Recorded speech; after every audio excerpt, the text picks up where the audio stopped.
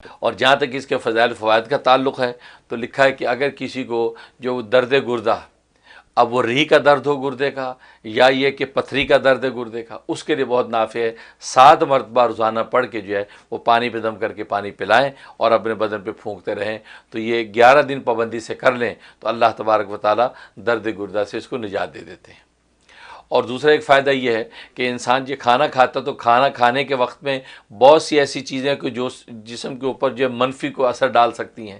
کہ انسان کا معدہ خراب ہو جائے، یا ایسی کوئی چیز کھا رہے جس سے جو جسمانی طور پہ تکلیف ہو، یا وہ خوراک آپ کے لیے نافع نہ ہو، ایسا ہو سکتا ہے۔ جیسے آج کی زبان میں فوڈ پوائزن لوگ کہتے تھے، یا فوڈ پوائزن ہو گیا، یا اوور ایٹنگ ہونے کی وجہ سے یار یہ پرابلم ہو گیا، تو فرمایا کہ اگر سورہ قریش اس کھانے پہ 1 مرتبہ دم کر کے کھائیں آپ تو کھانے کے کسی قسم کا نقصان نہیں ہوگا، بھلے اس میں کوئی نقصان دہ چیز پڑی ہوئی ہو اور آپ کو پتہ نہ ہو،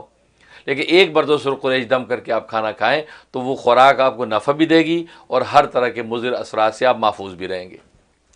اور ایک اس کا فائدہ یہ ہے کہ اگر آپ سفر میں جاتے ہیں اور آپ کو اپنی جان مال کا کوئی خطرہ ہے، کوئی ایسا اندیشہ کوئی دشمن نقصان نہ پہنچائے، یا آج کل ہوائی جہازوں کا سفر ہوتا ہے تو لوگ ڈرتے ہیں کہ یار ہوائی جہاز کے حوالے سے کوئی ایسا کریش نہ ہو جائے، کوئی ایسے واقعات ہوتے ہیں، تو ایسے شخص کو چاہیے کہ 101 مرتبہ سورہ قریش پڑھے، اول آخر 11 مرتبہ درود ابراہیمی یہ پڑھ کے اپنے بدن پہ دم کرے، تھوڑا سا پانی پی لے، اور اس کے بعد جو ہے یہ سفر میں جائے۔ لیکن جب یہ 101 دفعہ پڑھے اور جب اس مقام پہ پہنچے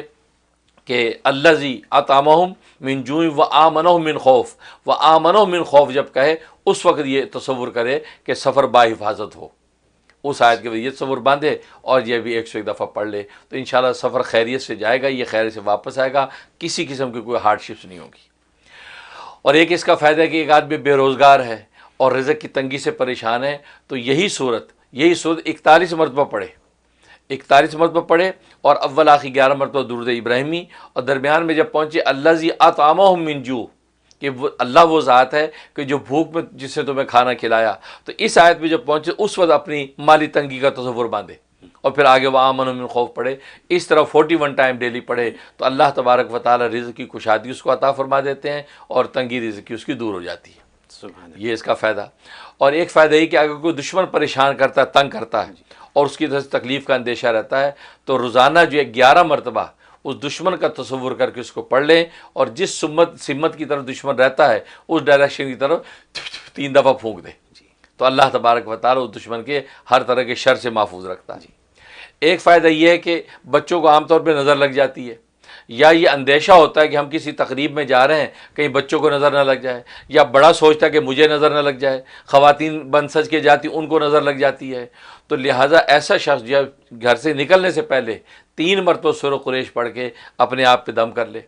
اور یا یہ کہ بچہ ہے تو بچے پہ پڑھ کے دم کر دے، تو اگر نظر لگی ہوئی ہوگی تو وہ ہٹ جائے گی، اور اگر لگی نہیں ہے تو اگر باہر تقریب کے لیے جاتا ہے تو اس کو کسی قسم کی نظر لگے گی نہیں اور وہ محفوظ رہے گا۔ اور عام طور پہ لوگ یہ پوچھتے ہیں کہ نظر سے بچنے کا کیا طریقہ ہے، تو یہ ہے کہ سورہ قریش 3 دفعہ روزانہ بچوں کو دم کریں، یعنی جب اسکول بھیج رہا ہے بچے 3 دفعہ پڑھ کے پھونک دیا کریں، انشاءاللہ خیریت سے جائیں گے، خیریت سے آئیں گے۔ خود بھی انسان جو ہے 3 دفعہ روز پھونک دیا کرے، ہر طرح کی شیطانی اور جو ہے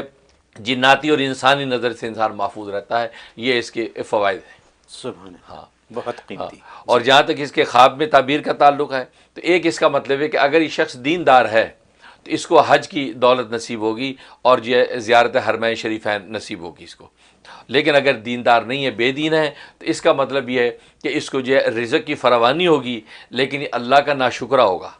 یا اس رزق کی فراوانی کو شکر نہیں کرے گا، اور ظاہر ہے کہ یہ بھی رزق کی فراوانی اس کے لیے آزمائش بنے گی کیونکہ جب شکر گزار نہیں ہے۔